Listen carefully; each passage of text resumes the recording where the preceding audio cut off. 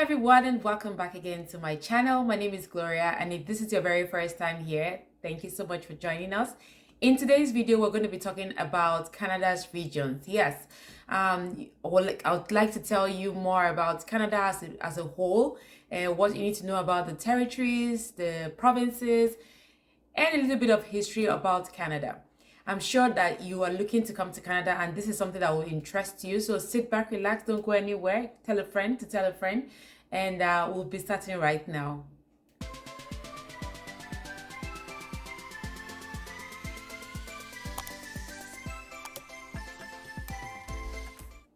So Canada is now my country, my second country, and it's good to let you know that Canada is the second largest country on earth. It has about 10 million square kilometers. The oceans that are around Canada are the Pacific Ocean, the Atlantic Ocean, the Arctic Ocean, which is to the north. Now, there are 10 provinces and 3 territories here in Canada. There are 5 distinct regions. We have the Atlantic provinces, Central Canada. I'll tell you more about Central Canada, the Prairie provinces, the West Coast, and the Northern Territories. The capital of Canada is Ottawa, and Ottawa is in the province of Ontario. Let us talk about the population of Canada. Canada has a population of about 34 million people. Many people live in cities, and let's go into the province and the territories and their capital. So for the Atlantic provinces, we have Newfoundland and Labrador. The capital of that is St. John's. We have Prince Edward Island, the capital is Charlottetown. We have Nova Scotia, and the province is Halifax. And lastly, under the Atlantic provinces, we have New Brunswick, and the capital is Fredericton. Under Central Canada, where most people live, we have Ontario and Quebec. The capital of Quebec is Quebec City, while the capital of Ontario is Toronto. Some people call it Toronto, some people call it Toronto, some people call it Toronto. Whatever you call it, it is the capital of Ontario. Moving ahead now to the Prairie provinces, we have Manitoba. The capital of Manitoba is Winnipeg. We have Saskatchewan. The capital of Saskatchewan is Regina. We also have Alberta, and the capital of Alberta is Edmonton. Moving down to the West Coast, we just have one province, which is British Columbia, and the capital of British Columbia is Victoria. So under the north, we have the Nunavut, which the capital is Iqaluit. The Northwest Territories, the capital is Yellowknife. And Yukon Territory, the capital of that is Whitehorse. It is somehow difficult and confusing to understand all of this, but you will get it. Now, let's take a look at these provinces and territories in more detail so that you can get to understand before you come to Canada.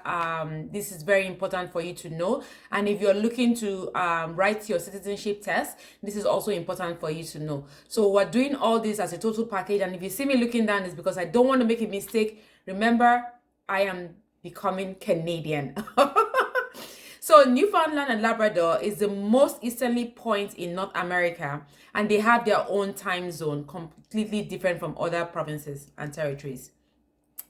In addition to its natural beauty, the province has a unique heritage linked to the sea, the oldest colony of the British Empire, and a strategic prize in Canada's early history. The province is known for fisheries, coastal fishing villages, and distinct culture.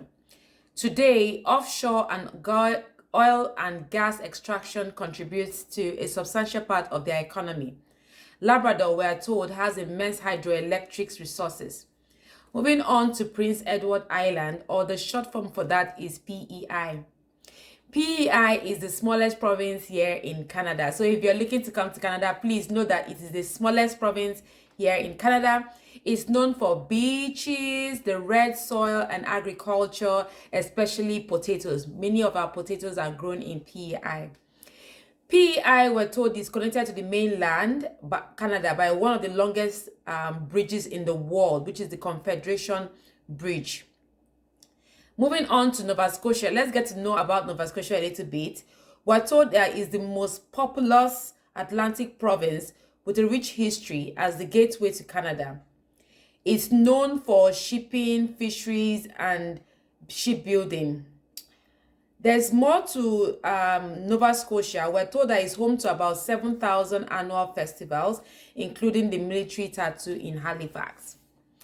Moving on to New Brunswick, we're told that New Brunswick has the second largest river system on North America's Atlantic coastline.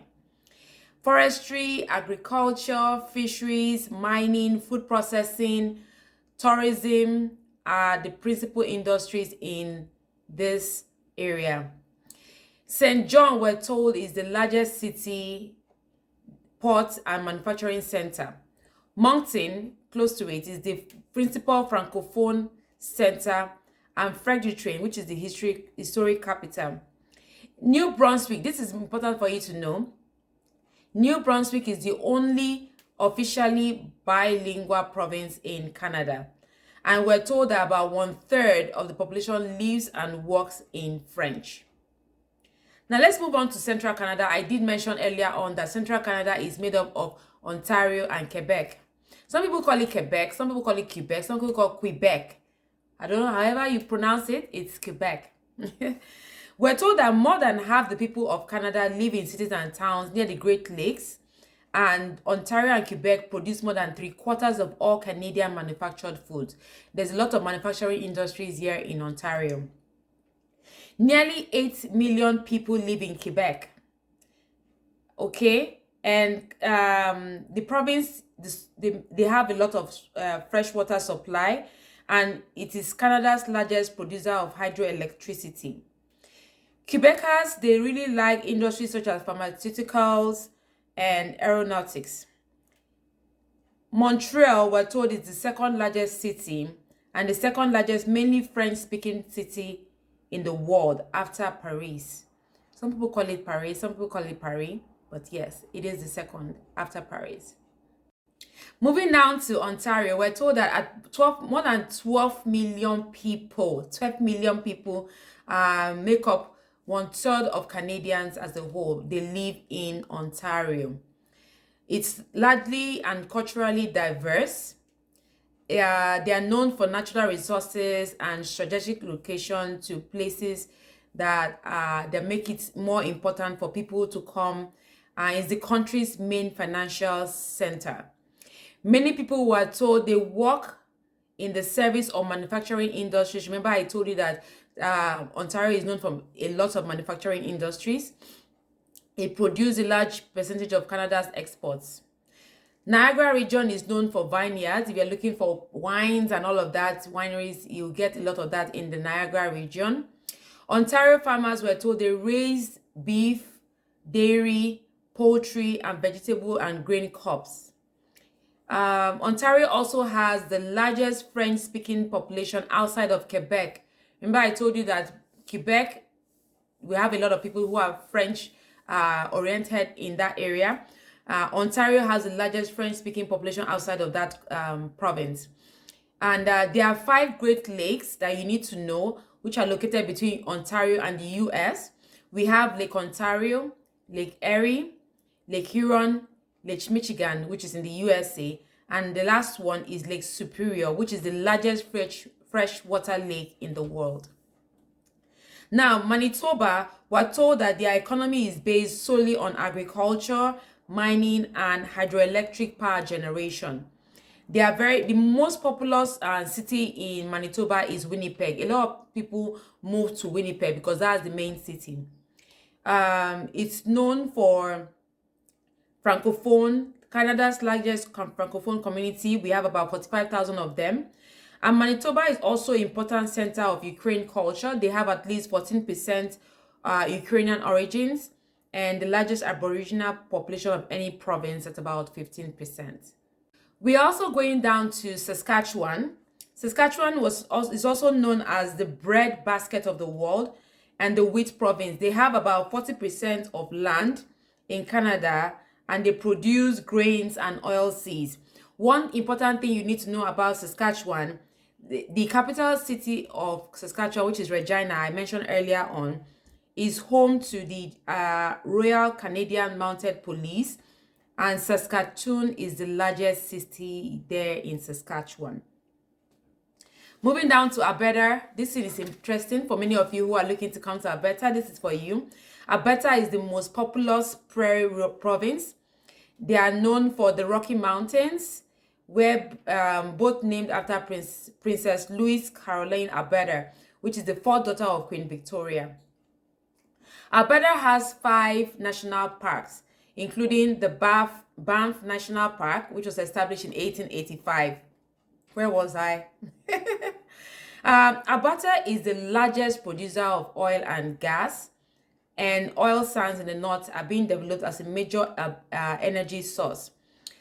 Another thing that Alberta is known for is that they are known for agriculture, especially for cattle ranches that they have, and it makes it one of the world's most major beef producers. It's in Alberta. So if you are looking for the oil and gas industry, you'll be heading down to Alberta.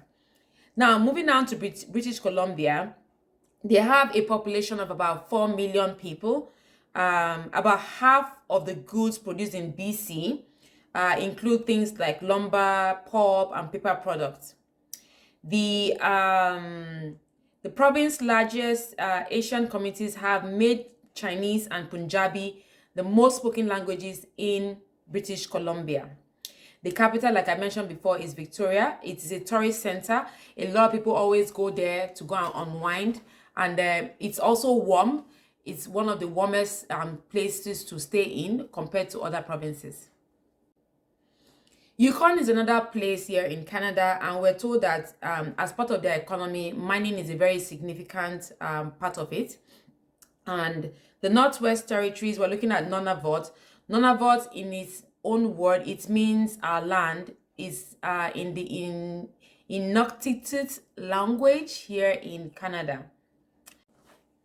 So the last one is Northwest Territories, and the Northwest Territories were told that the capital is Yellowknife, and they have a population of about 20,000 people.